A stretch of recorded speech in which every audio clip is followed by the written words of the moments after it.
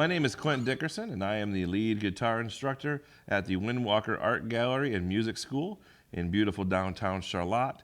And I'm coming to you today to teach you guitar, but more importantly, to teach guitar for children.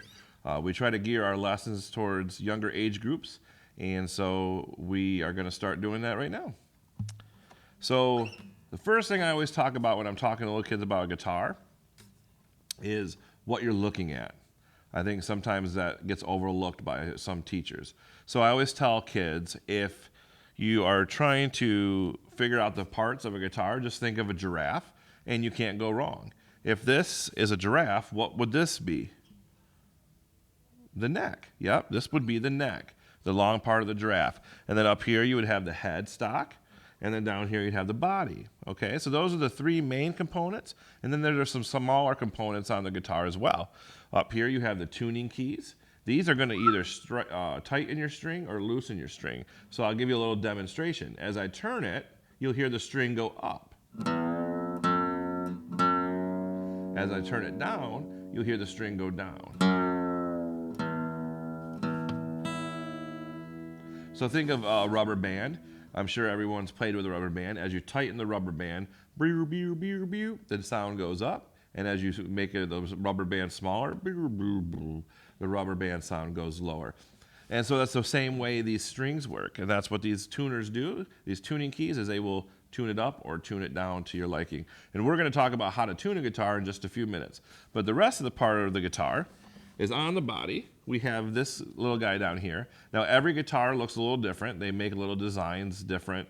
Some are square, some are cute little designs. On electric guitars, they're just a little metal box most of the time. But these are called a bridge. A lot of times people think it's called a bridge because it looks like a bridge, but it really doesn't look that much like a bridge. The reason why it's called a bridge is because if you look closely on your guitar, you'll see that your strings are hovering from this ivory all the way to this ivory. And so that string is just kind of sitting there over top, and this part right here is creating a bridge effect for your strings. And that's why they call that the bridge. So all your strings can float until you put your finger where you are desired to play. And then on here, on our neck, on our giraffe neck, we have what's called the fretboard. So these little boxes that you're looking at, these are called frets, F-R-E-T. Sometimes people call them boxes too for little kids. That's fine. We can call them boxes or frets. And every time you hit your finger in one of these frets or boxes, you're going to notice the string is going to get tighter and it's going to have a higher pitched noise. I'll demonstrate that right now. As you can hear the sound going high. That's what's happening, is that string is tightening up, just like when we tune this up, and it's creating a higher pitch. It's creating a higher sound. Do do do do do do versus do do do do do going down. Now, if anybody's ever messed around with a piano, I always say it's very similar to piano keys. As you're going up the keys, you'll notice that you're going up to the right, you're going higher in sound, and if you go to the left of the keys, you're going lower in sound. Same thing works with the fretboard on a guitar. So the only difference is you got 6 of these strings to deal with instead of a keyboard has just got 1. So each string, and this is what we're going to talk about next, is set to a different tuning pitch. So we've got 6 different strings, and they're all set to a different note, okay? And we'll explain what a note is in just a little bit. But our names of our strings are this, as follows. So the big string up here on top is an E. The next string is an A.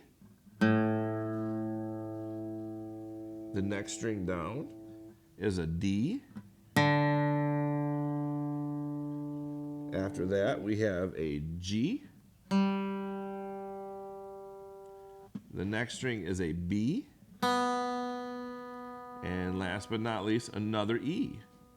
So yes, we've got 2 E's. We've got a low E and we've got a high E. And you put them together, they're the same note, just one is a lower octave, like if somebody is singing low versus somebody singing high. Okay? So now that we know our string names, some people like to make what's called an acronym. So some people will like to put a word associated with each string name. So if you've got EADGBE, some people will like to put eat at Denny's, get bacon eggs, or there's Eddie ate dynamite, goodbye Eddie. So you can create a different acronym if that helps you remember them. I myself, when I was learning guitar, I had a really hard time with acronyms because I just couldn't remember the words. So what I would do is I would just sit with my guitar and I would just go E, A, D, G, B, E. And that can be boring, but eventually I memorized my strings. E, A, D, G, B, E. All right, so now that we have our 6 string names, we're going to talk about the chromatic scale. And basically what that is we're going to talk about all the notes that are on the guitar. Each string has every single note on the guitar on each string. So it all comes down to where we start with our scale, okay? So I tell everybody, as long as you know your ABCs, you can learn how to play guitar. Actually, you don't even need to know all of your ABCs. You just need to know the first 7 letters. A, B, C, D, E, F, G. Okay? So that's how our notes go in that order at all times. So sometimes, though, we might start on a different spot. For example, we have our E string. Well, we don't get to start on A. So we have to start where E is. So the next letter would be F, and then G, and then we'd go back to A, to B, to C, to D, to E. Okay? Now, there's one thing that we have to talk about that we haven't talked about yet. There's a little thing in between most of these letters called a sharp. Okay?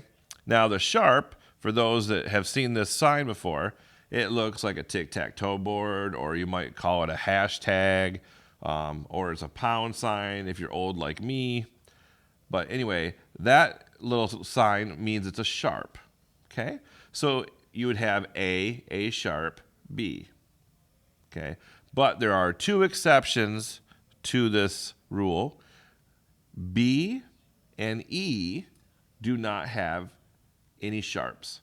So as you can see on our chart over here, B and E don't have sharps. So what B will do is it'll go straight to C, and what E will do is, because there's no E sharp, will go straight to F. So your notes look like this: A sharp, B, C, C sharp, D sharp, E doesn't have a sharp, so it goes straight to F sharp, G sharp. Those are our notes on our scale. Now, I always tell people this. If I were to build a guitar from here to Texas, which would be a really big guitar, that scale would just keep going over and over. So when you get to the end, it doesn't actually stop. It just goes right back to the top. And it just keeps going in a circle over and over. So when you get to G sharp, you go right back to A and just go right back through the first 7 letters of the alphabet all over again. So again, those letters are A sharp, B doesn't have a sharp, so we go straight to C, then C sharp, and then D sharp, and then E. E doesn't have a sharp, so we're going to go straight to F. After F is F sharp, G sharp, and then if we were going to continue to go, we would go right back to the top to A. But we're going to stop there for time reasons. So that is the scale, rotating scale of the guitar. Now it comes down to where we're starting on our strings. So E, A, D, G, B, E are our string names, but I'd also like you to consider thinking them as a starting point. Okay? So for example, with this top string, I'm going to pluck it. Okay? If I have a pick, I'll hit my pick. If I don't have a pick, I'll use my thumb. And we're going to hit this note here. That is an E. Okay? So what we're going to do is we're going to look at our chart. We're going to find E on our chart. If I hit a string without my left hand on it, that's called an open string. It's open strum. So I just hit it open. Okay? So I look at my E on my chart. The next letter The next thing that's after that is going to be the first fret of that string.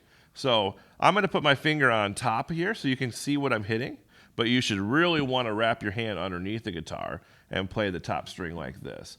But I'm going to do it so that you can see what I'm doing. I'm going to play up on top here. So our first note open is E. So then if we look at our chart, we'll see that the next note on our chart after E is F, because E doesn't have a sharp. So that means if I put my finger here on the next note of the E string, it will continue the scale. So we will go from E to F, okay?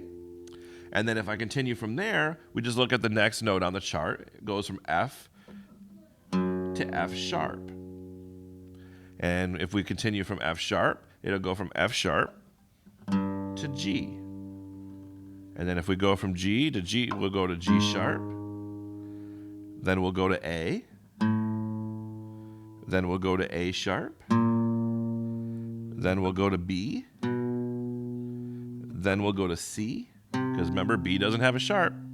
And then we'll go to C sharp. Then we'll go to D. Then we'll go to D sharp. And then we'll go to last but not least, E, which is where we started. We started on an open E note, and we're going to end on an open E note. Now, most guitars, not all of them, some classical guitars don't have this, but on most guitars, you'll see that, like for example, on mine, I've got these dots every so often.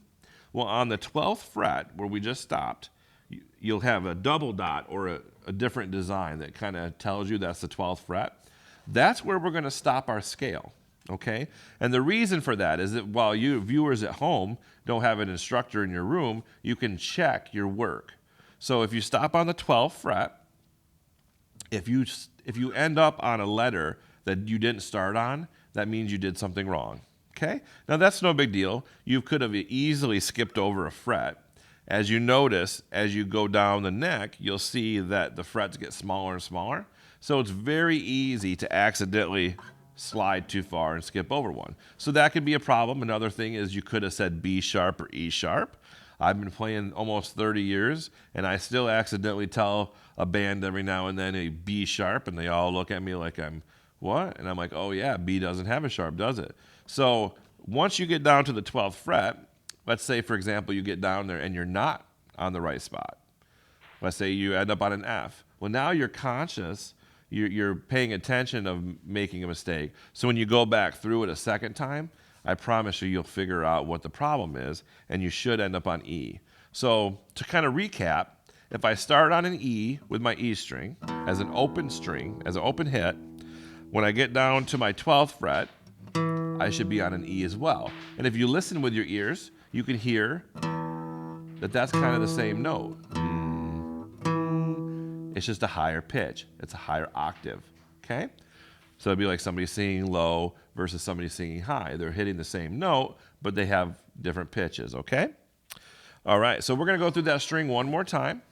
We've got an open E. The next note is F. F sharp. G. G sharp. A sharp. B, C, C sharp, D, D sharp, and on my 12th fret, I should be back to E. Okay? Now, if you have a hard time with that or you don't fully get that, feel free to go back on the video and watch that numerous times, and you'll see the chart, and you can follow that through. All right? We're going to move on to the next string. So now that we've got E down, we're going to move to the next string name. The next string is A. So we did our E. We're on our A string now, which is the second from the top, the second biggest. That's an A. So we're going to look at our chart. We're going to find out where our A is. Well, in this case, the A is on top. It's the very beginning. So if we hit the string open, that's an A. So if I put my finger on the first fret, that's going to take it to the next note on our chart, which if you look at the chart, the next note after A is A sharp. So that's an A sharp. The next note would be B. B doesn't have a sharp, remember that. So we'd go straight from B to C. C to C sharp. C sharp to D. D to D sharp, D sharp to E, E to F, because remember E doesn't have a sharp, F to F sharp, G, G sharp, and as I get to my 12th double dotted fret, A was where I started from. So we started on A, and we ended on A, which means we completed our scale going all the way through. So if you notice one thing, notice that we played all the notes on the E string, and we also played all the notes on the A string. They were just in different positions. Why? Because we started in different starting points. In this on the top one, we started on an E. So we started it from the E part of the pattern. On the A string, we started at the beginning on the A. So each string has all the same notes. They're just in different spots. That's going to be helpful later on in a few lessons. All right, so we're going to go right down the line. The next string is going to be D. So we hit that. If we hit it open, that means it's a D. We look on our chart. We put our finger on the next fret or box. Our chart says that would be a D sharp. Okay, so then we look at the next one.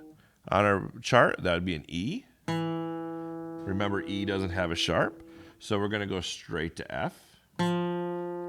After F, we're going to go to F sharp. After F sharp, we're going to go to G. After G, we're going to go to G sharp. After G sharp, we're going to go to A. After A, we're going to go to A sharp. After A sharp, we're going to go to B. Remember, B doesn't have a sharp, so we're going to go straight to C. After C, we're going to go to C sharp. And as we get to our 12th double dotted fret, we are back to D. Okay. And now the G string, we're going to do the same thing. We're going to hit our G string open. Our left hand's not touching. We look at our scale, our chart. If that's a G, the next note, the first fret would be a G sharp. The next note after that would be an A. And then the next fret after that would be an A sharp. Then B. Then remember, B doesn't have a sharp, so we go straight to C. Then C sharp. Then D. Then D sharp. Then E. We know that E doesn't have a sharp, right? I know you caught it that time. So we're going to go straight to F. F sharp. And on the 12th, our G. We started on G, and we ended on G. I think you guys are getting it, so we're going to go a little faster on the next two strings. But if you need to rewind and go back, feel free to do so as many times as necessary. So the next string is B. We're going to look on our chart. The next note on our chart is C. So our first note on the fret will be C. C sharp, D, D sharp, E. Remember, E doesn't have a sharp. Go straight to F. F sharp, G, G sharp, A sharp, and as we get to our 12th double dotted fret, we'll be back to B. And last but not least is the high E string, which will be similar to the top one. We've got E, so the next note is going to be F, F sharp, G, G sharp, A sharp, B, C, C sharp, D, D sharp, and E. So in the last 10 minutes, we just played all the notes on the guitar. Now, we can go forward. It would just keep going. Okay? But we want to stop on that 12th fret. That's very important because that's really the only way that you can check your work to make sure you're doing it correctly is to have a good stopping point like that to know what letter we're starting on. So if your string names are E, A, D, G, B, E, when you get to the 12th fret, you should also be ending on E, A, D, G, B, E. Okay? Because your scale goes from E to E, A to A, D to D, G to G, B to B, and E to E. And that is how you know all the notes on the guitar. Don't be upset with yourself if it takes you a long time to get this. This is a long process. This is something that we can work on 5-10 minutes a day while we're learning other stuff with the guitar, other lessons.